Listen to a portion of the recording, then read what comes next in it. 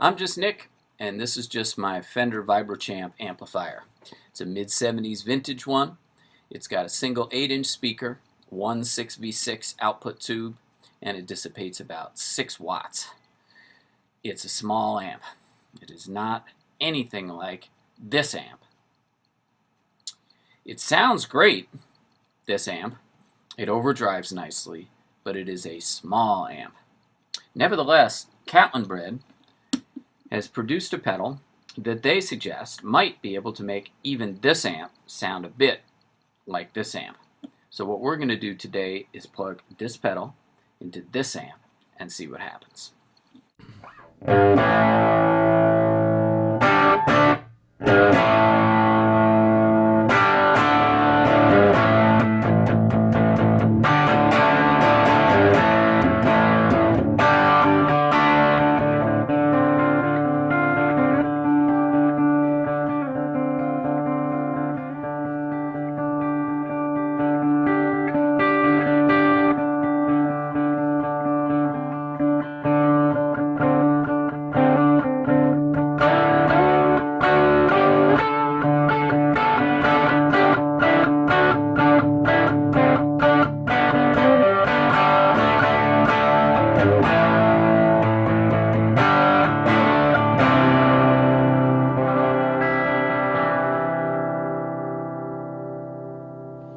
So, this is the Catalinbread WIIO, or WH without a crossbar O, pedal. For some reason the typography confuses me, but I'm sure that's my problem. It's a beautiful pedal. Typography is kind of striking. This pedal, according to Catalinbread, is constructed and designed to sound like a high watt stack. And to my ear, it kind of does. And there's two things that kind of characterize that sound. One of them is that kind of low mid-range sort of thumpiness, okay, that you can kind of hear in the way this pedal is voiced.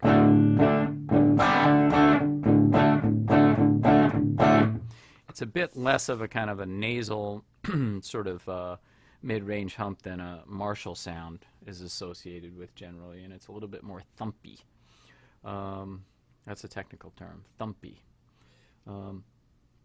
The other thing that characterizes the high watt sound is the huge dynamics of it, which is to say that it is very, very responsive to the attack of the pick and how hard you hit the strings, or the output coming from the guitar. So you can get very, very clean sounds. All that stuff I played earlier was without changing my volume control or anything else other than my picking. So you get some really almost completely clean sounds when you pick softly, and as you start picking harder,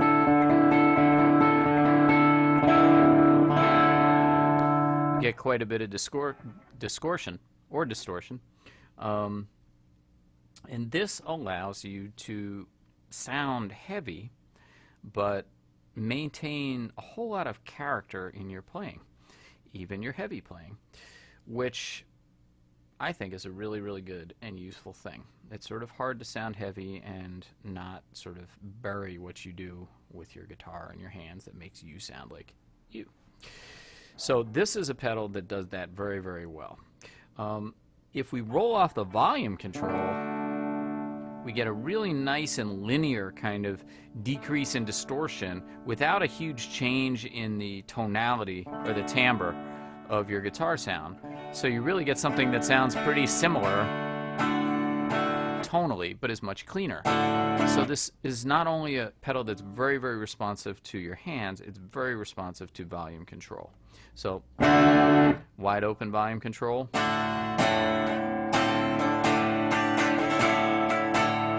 Really, really nice, almost clean sound. And just roll it back up to get it back up to where you need it to be. Let's have a look at the range. You got a treble and bass control, which is also really nice for kind of sculpting this tone, especially if it's very dynamic. EQ is kind of important because you're going to hear the pick attack a lot more, and you're going to want to be able to adjust how bright it is, how strong the bottom end is. So it's nice that they thought to include the EQ controls here. Let's see what the lowest range on the gain control sounds like. My volume's wide open on the guitar. Just a little bit dirty. And if we go all the way up, we get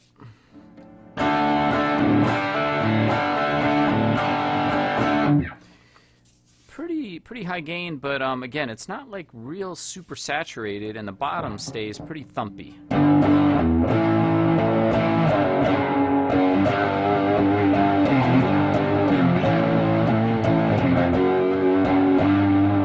With a lot of string definition, you know, for our extended chord. That's it, full up on the gain control. But down here in the middle range is where I think this pedal really particularly excels and is unique. And it's the kind of pedal that I wouldn't mind using on a recording, for instance, into a clean amp, even if I was going for a very realistic output tube overdrive type of sound that was going to be sitting by itself, not buried in layers in a mix, but I needed a guitar sound that did not sound processed, that sounded very sort of alive. This pedal is the kind of sound, produces the kind of sound that I would trust. Another thing that one might think about using this pedal for on the lower gain settings is for playing straight up electric blues. Normally, in my own personal opinion, and I know there are certainly people who differ, lots of them, playing straight up electric blues with you know, a distortion pedal can sound pretty cheesy pretty fast, and you can lose a lot of what makes really good electric blues playing exciting, which is all that sort of character and subtlety that good blues players get out of, you know, what they do with their hands and fingers, you know, on the strings. In fact, you know, some of the heaviest sounding and most intense blues players, like Albert King, would play through relatively clean amps, sometimes even really high-powered solid-state amps, and they would get all of that sort of nastiness and grit out of, you know, what they were doing with the strings. This pedal is dynamic enough and sort of tasteful enough that I think on the lower gain settings, if you were playing into a very clean amp but you liked the sound of an overdriven amp, that, you know, this pedal has the right kind of vibe to it.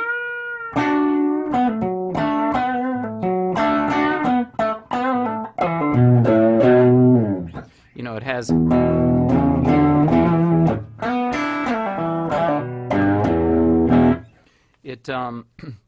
has enough, for lack of a better word, stank to it to make it credible and not seem somehow too processed for just some straight up hard-hitting electric blues playing. So I like this pedal a lot, and I think it's pretty unique in its ability to, you know, react so dynamically, and I think you should call Rock and Roll Vintage right now and order one. And I don't give awards anymore. I kind of stopped that because, you know, I don't think it's about that. But I will tell you that this is one of the ones I really, really want to buy. They don't give them to me free. Okay? So until next time, this is just Nick.